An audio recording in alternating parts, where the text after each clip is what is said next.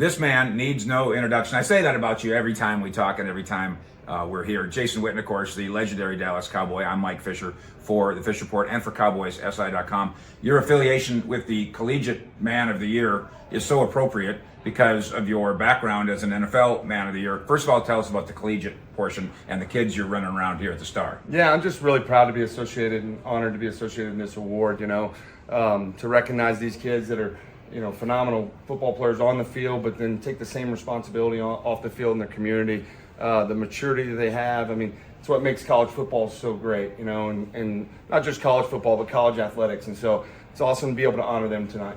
Now, as an NFL Man of the Year, for people that have taken a tour of the Star, it's kind of a private deal. I'm surprised they don't put you out in front of the building. But there's an Aikman, and there's a Roger, and there's a Witten, and now there's going to be another one. Yeah, Dak Prescott, and so deserving, And I remember when I was honored at a few years back, and I guess about 11 years back, I remember Troy and Roger telling me, like, man, this will be something you remember for the rest of your life. And it's been so true, and something I'm so proud of. And when you're in the middle and competing all the time, you kind of forget about it. But I'm proud of Dak. He deserves it. That's who he is. He walks the walk. And great to see him associated with it and rewarded and honored that way. You had obviously a brilliant Cowboy career, and you hear people say when they win the Man of the Year, they say, this is the one. This is the greatest honor. And the league says that too. And I'm watching this, I'm going, yeah, but a Super Bowl is okay. Yeah, there's no doubt about it. Super Bowl is well worth it too. Do you find yourself? You hear guys saying, "I'm still a little haunted,"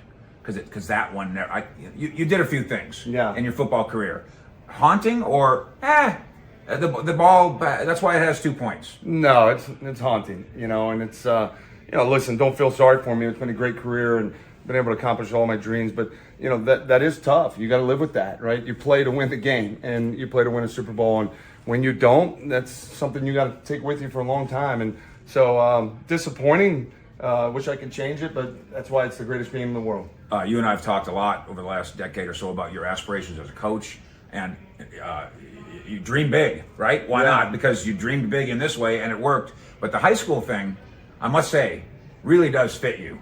And you get to go home at night at some point, which you don't get to do if you work up here. Yeah, no doubt. I mean, I get so much respect for these coaches and the hours they put in. It's been really rewarding for me, and I have my 2 sons that play, but just impacting those kids much more than X's and O's. And so, like my grandfather did for me, he was a great leader and somebody that I looked up to as a role model. And he taught me a little bit of football, but he taught me much more than that. And so I'm enjoying that part of my life right now. Do you still think about the next? Yeah, I think so. I think we all do, right? I mean, I think we're all driven and think that, okay, maybe one day that's going to be out there. But, like you said, I still like going home. I got 2 young daughters too, and so I like to see them at night. And so, just take it right now, just enjoying it. And I know I'm not going to get these years back to my kids, and just try to stay sharp so that when I have an opportunity, you're ready to go.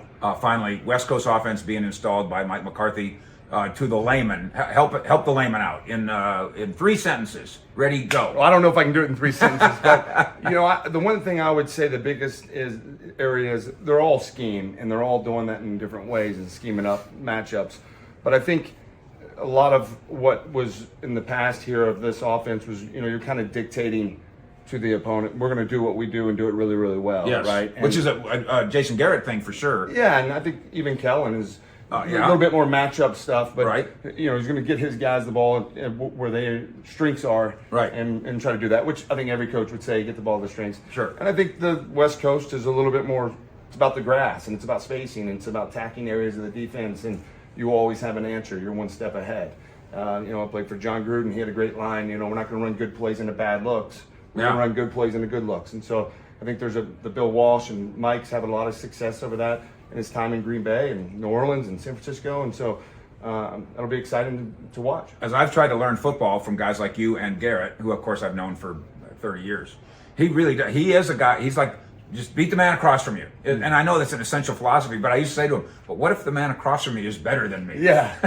Well, there's technique, there's scheme, there's way you got to help it out. And I mean, I think that's what makes the best coaches so special is their ability to find matchups and to do the things they're really good at, but to disguise that and do it a lot of different ways and take advantage of the matchups you like. You got to protect the matchups you don't like as well. Whit, you're one of a kind. Thank you, man. I appreciate it.